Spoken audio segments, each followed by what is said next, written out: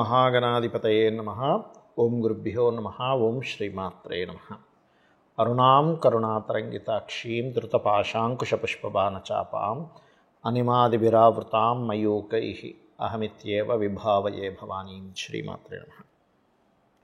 ప్రేక్షకులకి ఆ లలితాంబిక అమ్మవారి యొక్క అనుగ్రహం పరిపూర్ణంగా కలగాలని మనస్ఫూర్తిగా కోరుకుంటూ మనం ఈరోజు చాలామంది ఇప్పుడు బయట జరుగుతున్నటువంటి సంఘటనలకి భయపడుతూ ఉన్నారు. ప్రయాణం చేయాలంటే భయం.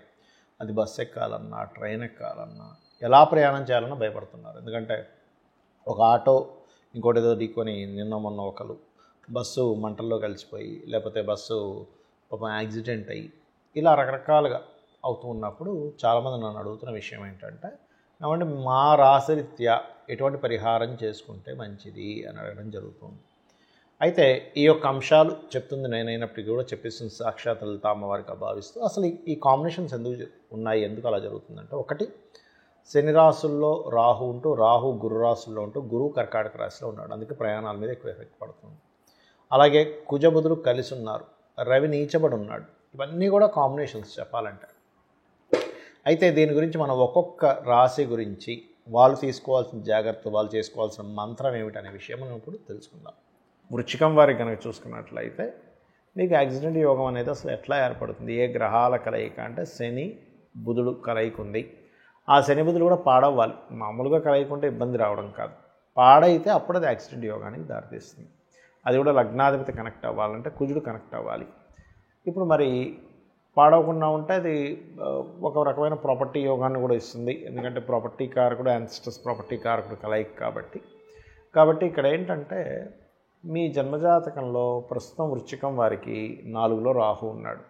కాబట్టి డ్రైవింగ్ చేసేటప్పుడు ఒక్కొక్కసారి వారికి నిద్ర రావడం కానీ, లేకపోతే ఏదో ఊహలు అంటే కొంచెం ఏదో ఇమాజినేషన్స్లోకి వెళ్ళడం వల్ల కూడా జరుగుతూ ఉంటాయి. కాబట్టి ఎక్కువగా ఆలోచించకండి. ఎందుకంటే ఆలోచన కారకుడు పంచమ స్థానం ఆలోచన స్థానం అయితే అక్కడి నుంచి వక్రించి శని రాహుతో కనెక్ట్ అవుతున్నాడు. కాబట్టి ఈ యొక్క విషయంలో జాగ్రత్త వహించండి. అలాగే మరొక విషయం ఏంటంటే, మీ జాతకంలో కనుక శని బుధుడు కలిసి ఉన్నా, లేకపోతే శని బుధుడు కలిసి పాడై ఉన్నా, ఇది యాక్సిడెంట్ యోగానికి దారితీస్తుంది. లేదా ఈ చతుర్థాధిపతి అష్టమాధిపతి పోర్ట్ఫోలియోస్ వేరే గ్రహాలకు వస్తాయి, సేమ్ గ్రహాలకు రావు, ఒక్కోసారి మారిపోతూ ఉంటాయి అవి.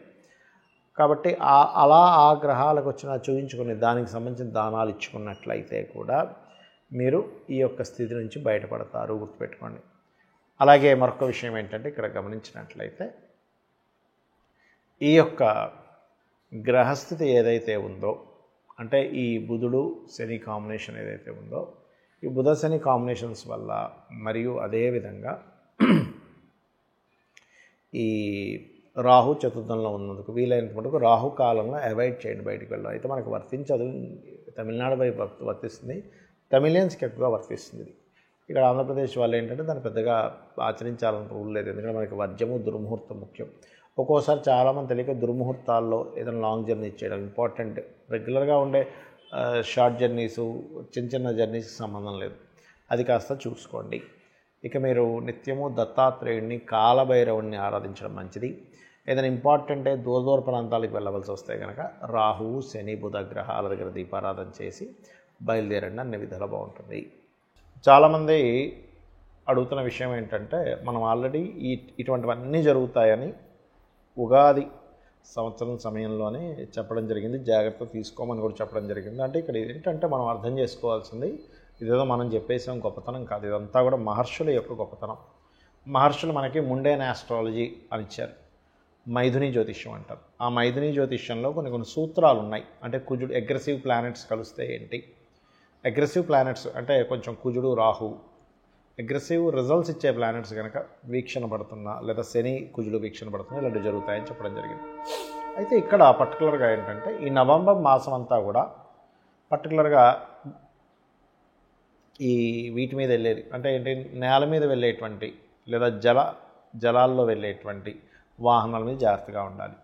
నవంబర్ 12 నుంచి పర్టికులర్గా మీరు వాయువు అంటే ఏంటి, ఫ్లైట్స్ మీద వెళ్ళేటువంటి వాటిల్లో కూడా జాగ్రత్త పడాలి. అంటే ఫ్లైట్ జర్నీస్లో వెళ్తూ ఉంటారు, ఎందుకంటే అది మే ఎండింగ్ వరకు ఉంది. మరలా మే ఎండింగ్ తర్వాత ఇట్స్ వెరీ క్లియర్లీ అగైన్ మళ్ళీ కర్కాటకంలోకి వస్తాడు గురువు. కాబట్టి అప్పుడు మళ్ళీ కాస్త ప్రయాణం చేసేటప్పుడు. కాకపోతే నేను చెప్పేది ఒకటే, మీ అందరికీ కూడా ఒకటే సూచన, మీరు మనసులో మీ ఇష్టదైవాన్ని మనస్ఫూర్తిగా, అమ్మవారు కావచ్చు, అయ్యవారు కావచ్చు, నన్ను రక్షిస్తుంది, ఆ మహాశక్తి నన్ను రక్షిస్తుంది అనేటువంటి భావనతో మీరు బయలుదేరండి. అప్పుడు ఏమీ కాదు. ఎందుకంటే చాలామంది నాకు ఈ మధ్య సార్ ఇలా జరుగుతున్నాయి, నేను ప్రయాణం చేయొచ్చా చేయకూడదు అని చాలామంది అడుగుతూ ఉన్నారు. మీ జన్మజాతకంలో కనుక 4వ అధిపతి 8వ కలిసి ఉన్నారు, లేదా 4వ భావాన్ని పోర్ట్ఫోలియో చేసే గ్రహము 8వ భావాన్ని పోర్ట్ఫోలియో చేసే గ్రహాలు, ఇప్పుడు భావాధిపతులు వేరుగా ఉంటారు, అందులో ఉండే నక్షత్రం వేరుగా ఉంటుంది. మనకి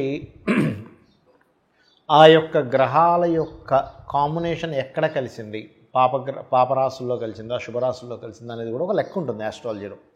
అలాగ మీకు గనక 4th లార్డ్ 8th లార్డ్ కలిసి ఉంటే ఖచ్చితంగా ఆ గ్రహాలకు సంబంధించినటువంటి దానం ఇవ్వండి. అంటే సింపుల్ ఎగ్జాంపుల్, రవి అనుకోండి గోధుమలు ఎరుపు రంగు వస్త్రం, చంద్రుడు అనుకోండి బియ్యము తెలుపు రంగు వస్త్రం, కుజుడు అనుకోండి కందులు ఎరుపు రంగు వస్త్రం, అలాగే బుధుడు కనుక అయినట్లయితే పెసలు గ్రీన్ కలర్ వస్త్రం, గురువు అయితే శనగలు ఎల్లో కలర్ వస్త్రము, శుక్రుడైతే బొబ్బర్లు వైట్ కలర్ వస్త్రము, శని అయితే నువ్వులు బ్లూ కలర్ వస్త్రము, రాహు అయితే మినుములు సిమెంట్ కలర్ వస్త్రము, కేతు అయితే ఉలవలు మల్టీ కలర్ క్లాత్.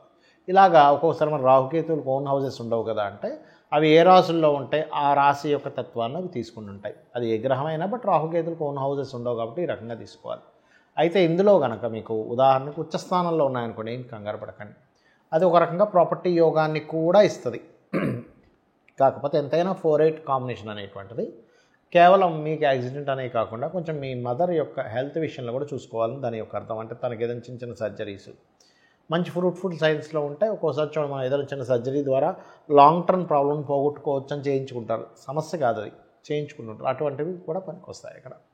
అయితే ఇక్కడ మీరు మరి ఏమిటండి, ఇప్పుడు ఫ్లైట్ ఎక్కుతాము, ఫ్లైట్ మీరు నవంబర్ 12 తర్వాత నుంచి ఫ్లైట్ రిలేటెడ్ సంబంధించిన ప్రయాణాలు కూడా జాగ్రత్తగా ఉండాలి అని చెప్పి మరీ ప్రత్యేకంగా చెప్తున్నారు కదా.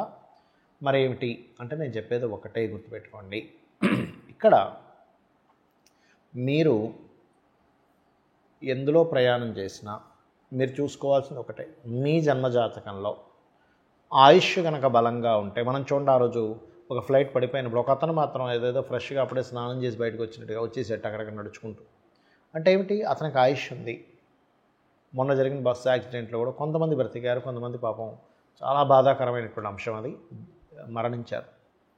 కాకపోతే నేను చెప్పేది ఒకటే, మీరు ఇంకా మీ యొక్క జీవితంలో ఈ భూమి మీద మీరు ఏ కర్మ చేయడానికి వచ్చారో, ఏది అనుభవించడానికి వచ్చారో అది కనుక అయిపోయింది అంటే మాత్రం ఆ పరమాత్మ, అంటే మన యొక్క కర్మ పరమాత్మని కదా, మన యొక్క కర్మ ఏదో రూపంలో అక్కడ కంప్లీట్ అయిపోయినప్పుడు అది నిద్రపోతూ కూడా పోయేవాడు ఉంటాడు, యాక్సిడెంట్లో కూడా పోయేవాడు ఉంటాడు, లేకపోతే రకరకాల ఫుడ్ తింటూ నీళ్లు తాగుతూ కూడా పోయేవాడు ఉంటాడు.